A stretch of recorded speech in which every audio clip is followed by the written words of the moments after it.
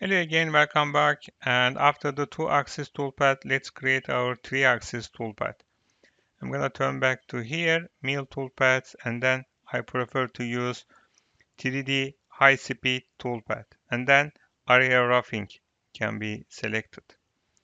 And then actually as a toolpath selection after that, we need to create our model geometry. So to be able to select our geometry, I can use the right mouse button and then select entities. And then we can select actually all that entities. Maybe, and we should also create some different color. I don't remember. Okay, let's select like this. I can click here and then levels. We can reactivate this levels and then we can select all that face and hit enter button, and then we can also add new one. To be able to add new one, we can turn here and then we can activate solid face and then select this face and this face and this face, and then we can hit the enter button, and then all that face and actually have been selected. Okay, let's turn to the toolpath. We need to decide our boundary. This is can be my boundary, and then I'm gonna hit the OK button, and then we can say that stay inside. Stay inside is and good for us for actually our cases. And then when we turn to here, actually we can be inside. Actually, when we consider our boundary, this is our boundary, and then my tool can be inside of and this geometry actually. And after that, actually we can turn to the tool and then we can create our tool. We can prefer to use create new tool and bool and mill, and then we can select 10 millimeters and 2.5 millimeter tool radius, and then we can create our toolpath. Okay, anyway, let's click the OK button and to see our toolpath. So it is calculating right now. Yeah, after that, actually, we're gonna see that that's kind of toolpath actually, as you remember. So actually, according to this perspective, actually, you already know that we are creating our and the stock, our stock actually, and use some 2D toolpath. We actually changed our stock. So after that, actually, when we consider and that's model actually, and it will be better for us to use actually only finishing process. Is that right? So I I think that we should delete this part. Okay, we should delete this part, and then I can use and the mill toolpath and surface high speed toolpath and waterline.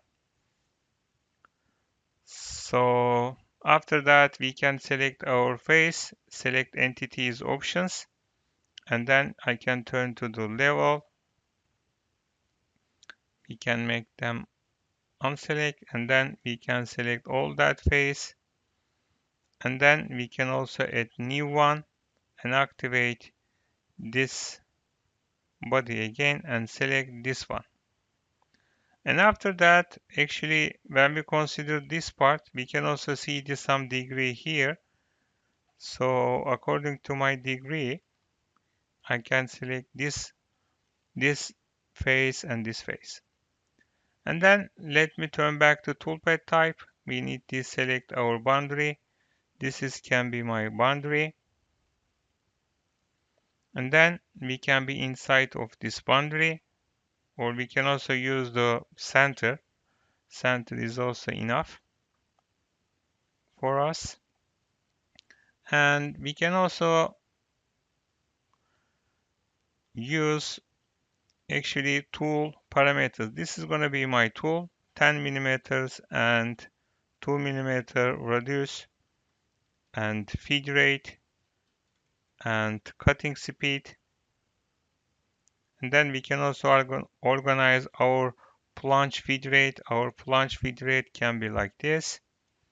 And then let me turn to the cut parameter. This is going to be conventional machining, or maybe we should prefer to use and clump spiral toolpath or conventional spiral toolpath. We can prefer to use the zigzag options, and we can also write optimize cut order. If you would like to create bottom to type, you need to select these parameters. So this is going to be my step down parameters. It can be and the 2 millimeters maybe. I don't want to focus on the add cut options. If you would like to add cut options, you can and also add extra cuts here to get actually smooth faces. You can see that if you write some extra step down, so it means that you need to and actually use the extra step over. According to my step over, actually we can organize our step down, but we don't want that because this is the actually remachining process. I'm gonna use the waterline toolpath for my remachining toolpath. So let me turn to the linking, and maybe we should change with 5 millimeter, and then we can calculate our toolpath.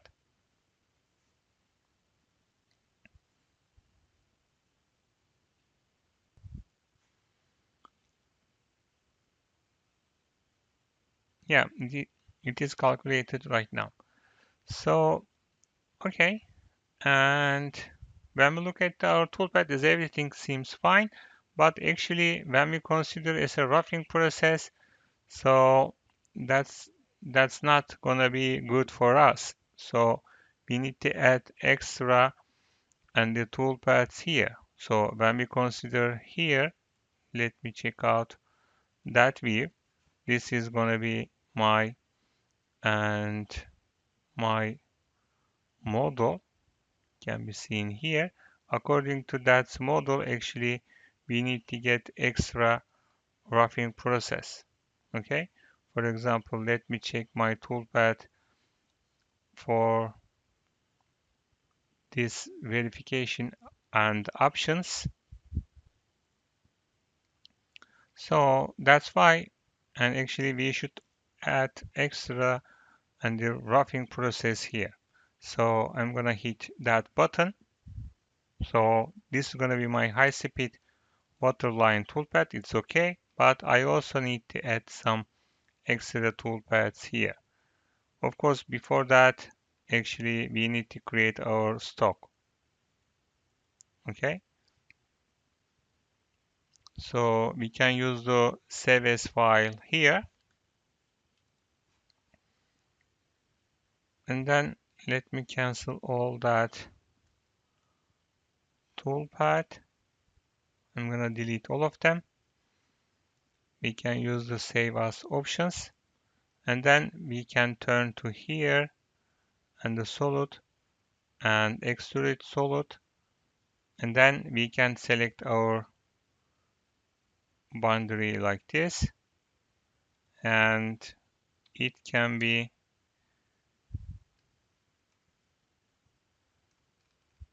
here. It can be like this. Okay. So this is the create a single operation activation here.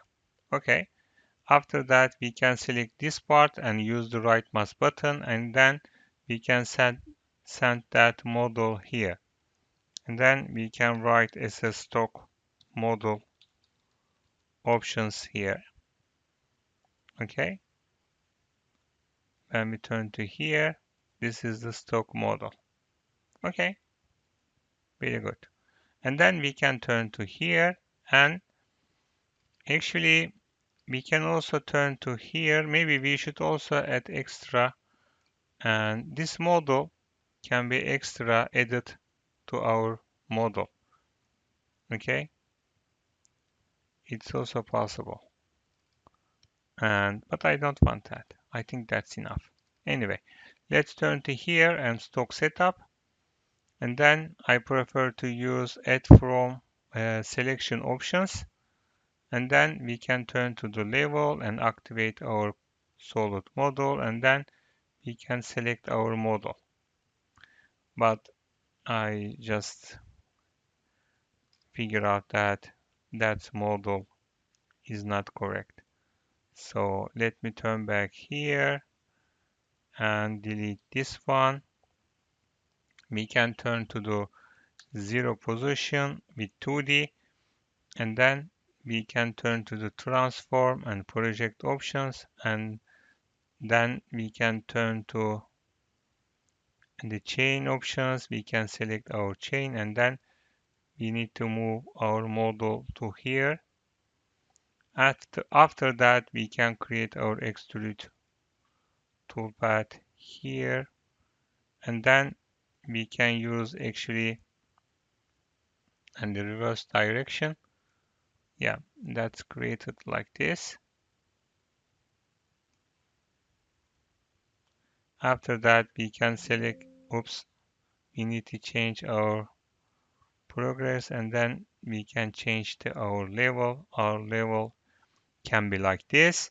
And after that, we can turn to here and we can make them unselect if I want. Okay, let me turn to the stock setup and solid selection, and then we can select our entities. And then this is going to be my stock. So after that, let me save my file, and then let me turn back to use the actually solid verification. And then let me turn here, and then we're gonna see that's kind of model. And then actually we're gonna see that, that process is quite good, but we need extra roughing process for our actually stock. Anyway, okay, let me turn back to here and we can make that part unselect.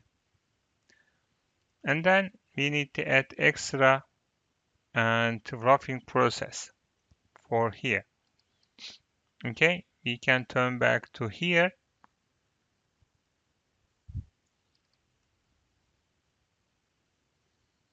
For this is our stock actually. And then let me create my roughing process and mill toolpath. And then we can also use the surface rough, but we prefer to use the surface high speed and area roughing. So we need to use the right mouse button and then select entities options. And then we can turn to the level. We can unselect model 1. Then we can select my face and hit enter button. And then we can turn to the toolpath parameters and we can organize our boundary. This part can be my boundary. We can prefer to use from outside options. That is going to be help us to and enter our product outside of our model. Let's remember that this is our main idea in our process. And then let me turn back to here to organize my tool. My tool can be this one as well. Maybe we should create new one. Okay. Anyway, let's select this one. That one is enough. Okay, we can focus on our cutting speed and plunge feed rate. After that, we can turn to the cut parameters. It can be and the 6 millimeter and conventional machining, and we can prefer to use the zigzag. As a step over, we can prefer to use and the 30% of my tool diameter, so minimum and maximum step over calculated. And tricordial motion, we don't want to see any tricordial motion. Tricordial motion actually good for And the most of the roughing process, if you can see the sharp toolpath, you can easily minimize and that's process. So in that case, we cannot see any and the sharp toolpath. So that's why I'm going to cancel it. And then actually I also would like to use some Z depth, but in that case, let's consider it later. And then this is my retract position as a clearance plane can be 5 millimeter and with the absolute coordinate. And then let's calculate our toolpath.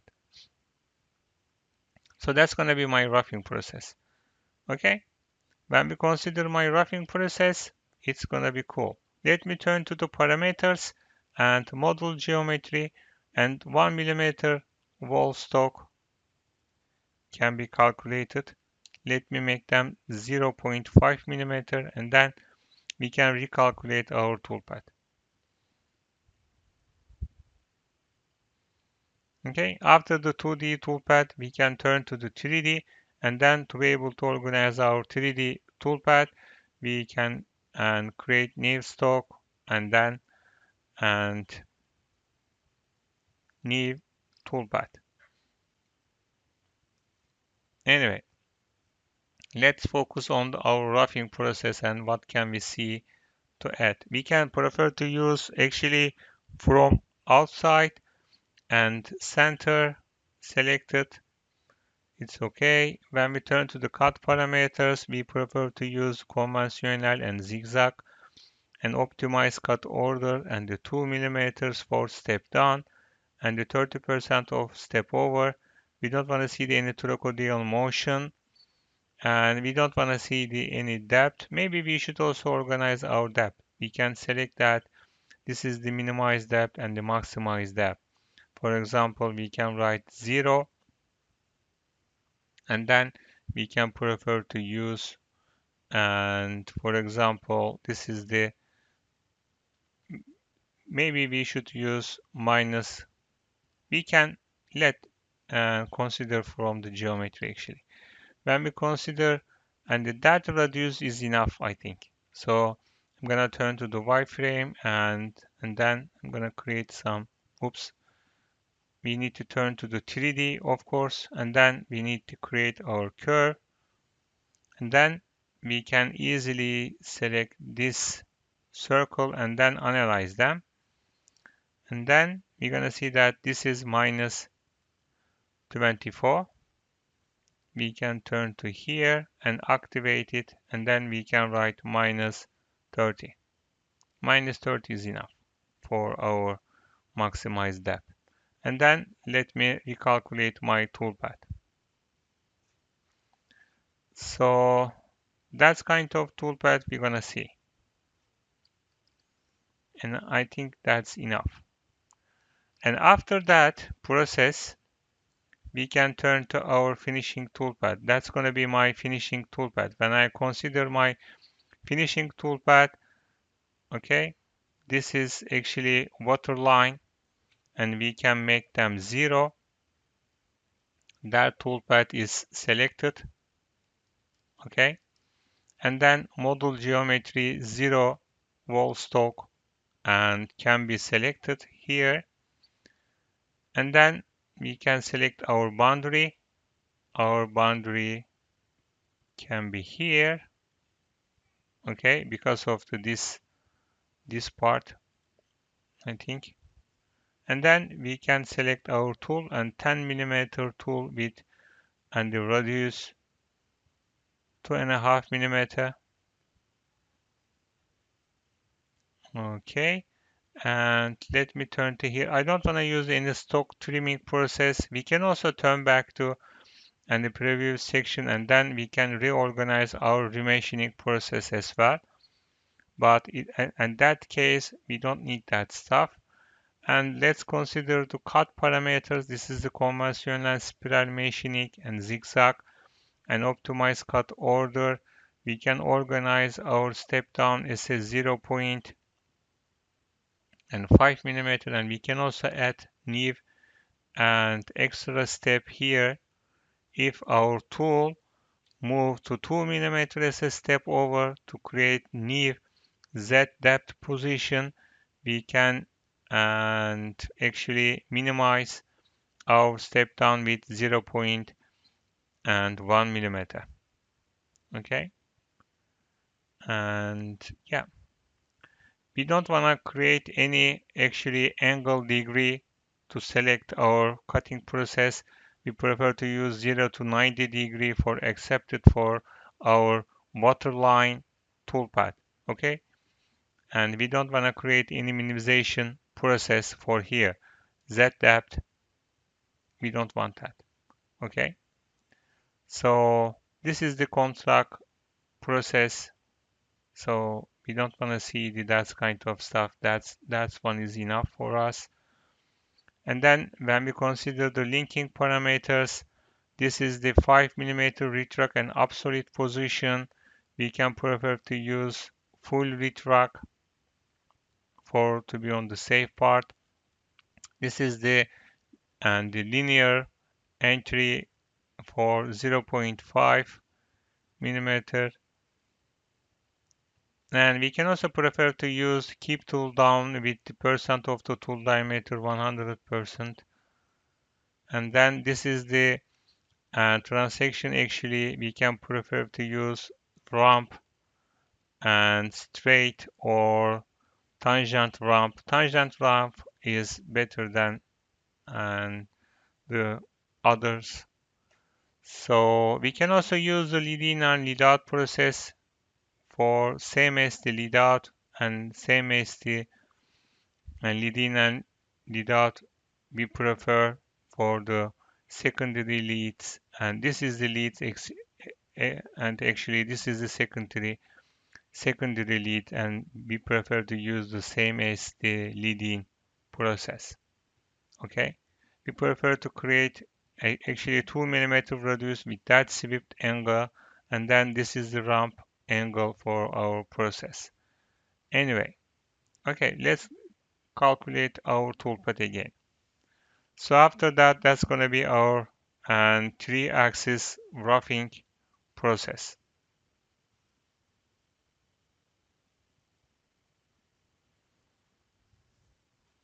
And after that, it is calculated. You're going to see the solution here. Okay, let me check and our solution.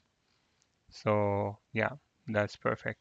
Maybe we should also activate this model as well. Okay, that's perfect. Okay, and we can finish our process by actually waterline and the area roughing process. So this one and this one. Okay. And thank you very much. I really appreciate your interest. And if you have any question, don't hesitate to ask me any question. I'm here to answer your question. And take care.